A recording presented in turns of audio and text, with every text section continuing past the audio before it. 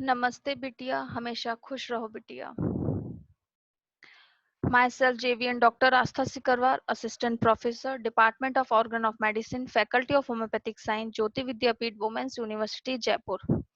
Today's topic is the law of palliation from Robert's philosophy.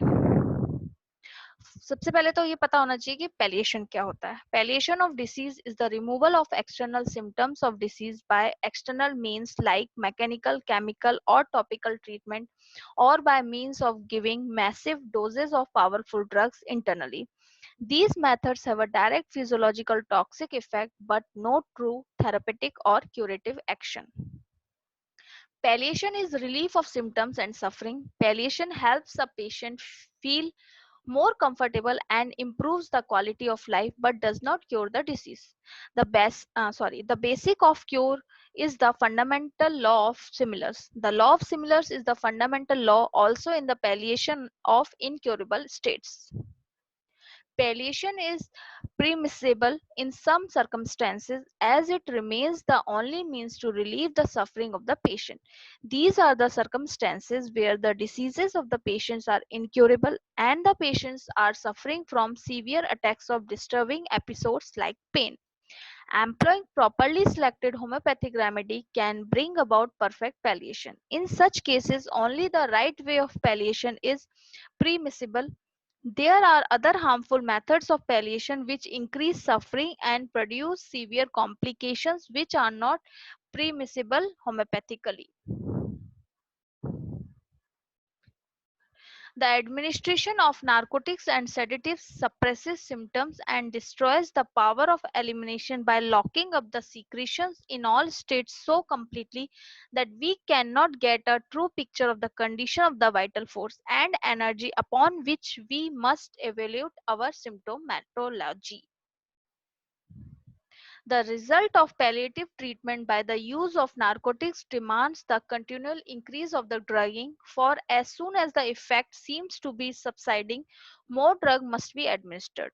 It becomes a vicious circle from which there is no escape except to be sent to the ultimate end in a confused and half dead-end condition instead of being helped to live out as many years as possible in the easiest, quickest, and most gentle manner.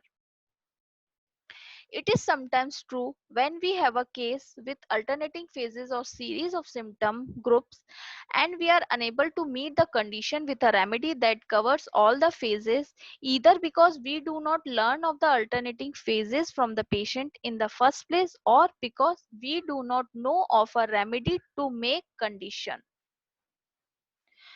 that by meeting the symptom sorry that by meeting the symptom groups as they arise in the case itself. As we go on, the symptomatology becomes clear and more distinct so that we more completely meet the condition as they arise and the patient's condition becomes better as a whole.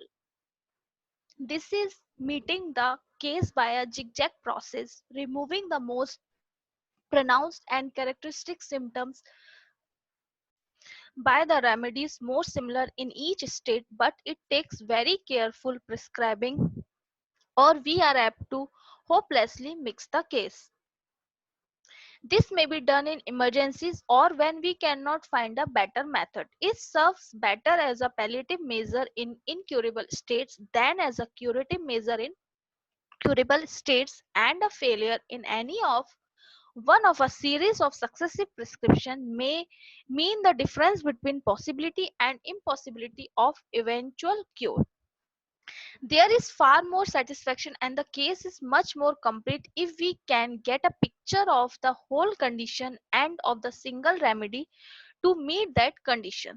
This may be difficult from two angles.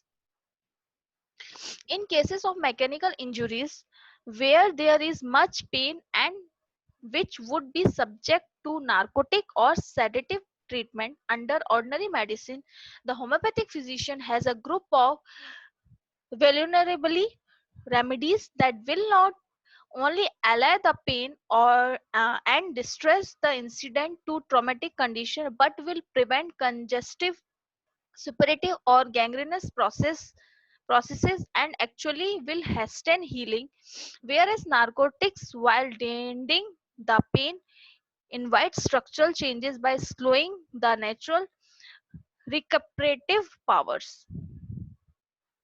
In this class, we may mention such remedies as arnica, hypericum, ledum, natrum salt, restox, and ruta, each of the highest usefulness when indicated. These remedies cannot be used successfully at random any more than in any other condition, but when they are similar to the condition, they are of inestimable benefit.